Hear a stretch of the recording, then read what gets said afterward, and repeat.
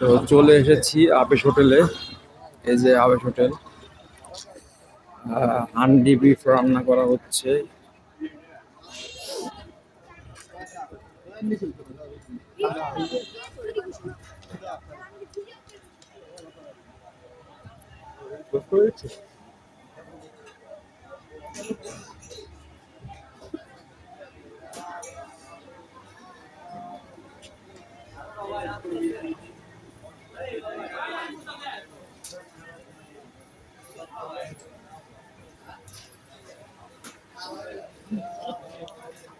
তবে এটা কি কি?